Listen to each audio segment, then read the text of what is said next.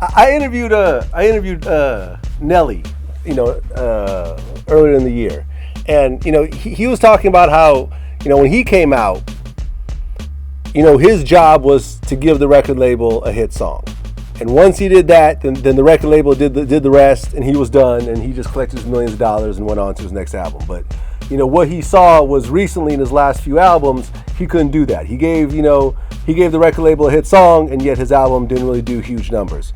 I mean, like, how hard is it to really adjust to really kind of a different playing field these days, where it's really, it's not about the albums as much anymore. It's really more about songs. There's the social media, there's mixtapes that are more important. And how are you adjusting to that? I don't think it's really an adjustment for me because, I've never been an album guy. Like, none of my albums have done, like, super great. I mean, Epiphany went platinum. Rapper Turned Singer went platinum. All my albums went platinum, but it's like, it's not really an album game for me. I can drop singles for the rest of my life. Like, just this one album that I'm working on now, Stoicville, I done recorded 110 songs already.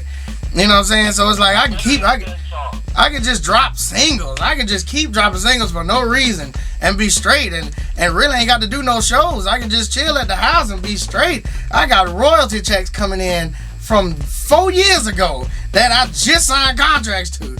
So that money just been accumulating, and that's what people don't understand, man. I don't get regular royalty checks. Like, you know what I'm saying? Everybody say they royalty checks come in every once in a blue moon, and you know what I'm saying, they like $17. These people got to realize, man. I've been on 50 number one songs damn near. And you know what I'm saying? And I can sit back and just rely on other people's work. Cause you got to realize when you on somebody else's song, you ain't got to spend no money on promotion. You ain't got to pay no label back. You ain't got to do nothing. All them people doing all the work for you. So all you got to do is sit back and collect the check for the sweet ass song you made, that shit. And shit's good, but I mean, it's nothing that I have to conform to. And I'm just out here making music, man. I'm just in here just doing my thing, man. I feel like I can drop singles for the rest of my life and be fine. You know what I'm saying? And it's like, it's never been an album game.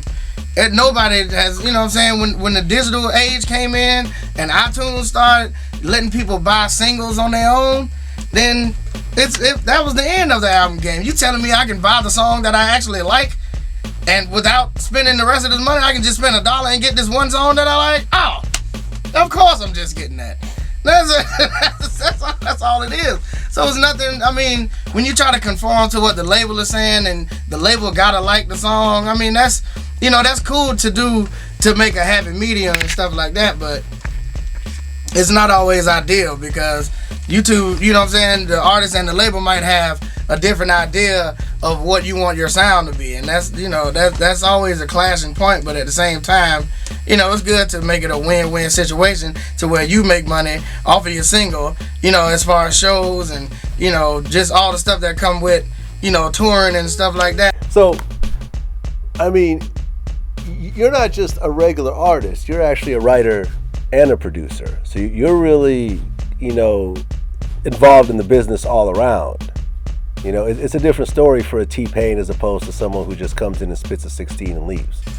Yeah, exactly. I really stay in the studio for real. Like, I got 2 studios in my crib. Like, a lot of people don't like to have studios in their crib because, they feel like they can't catch a vibe. I catch a vibe wherever, man.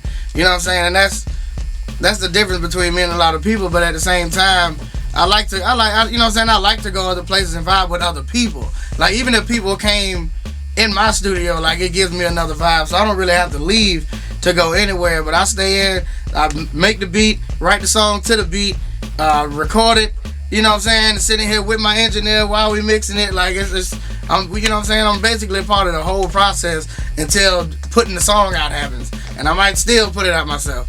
You know what I'm saying? So it's like, if you're that organic within your music, then when people say, oh, well, let's, you know what I'm saying, I bet if we go in the studio together, then this will happen. No, it won't. Not if we go in by ourselves.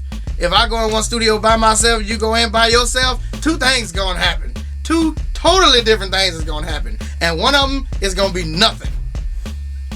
And that shit is just different to me. I don't, you know what I'm saying? look, man, I don't never stifle a nigga abilities, but look, man, don't stifle mine because I've been doing this shit for too long and I done studied this shit too hard and I done put my life into this shit. So I ain't gonna say that they can't do the same thing. You know what I'm saying? It's just the fact that they ain't tried it yet.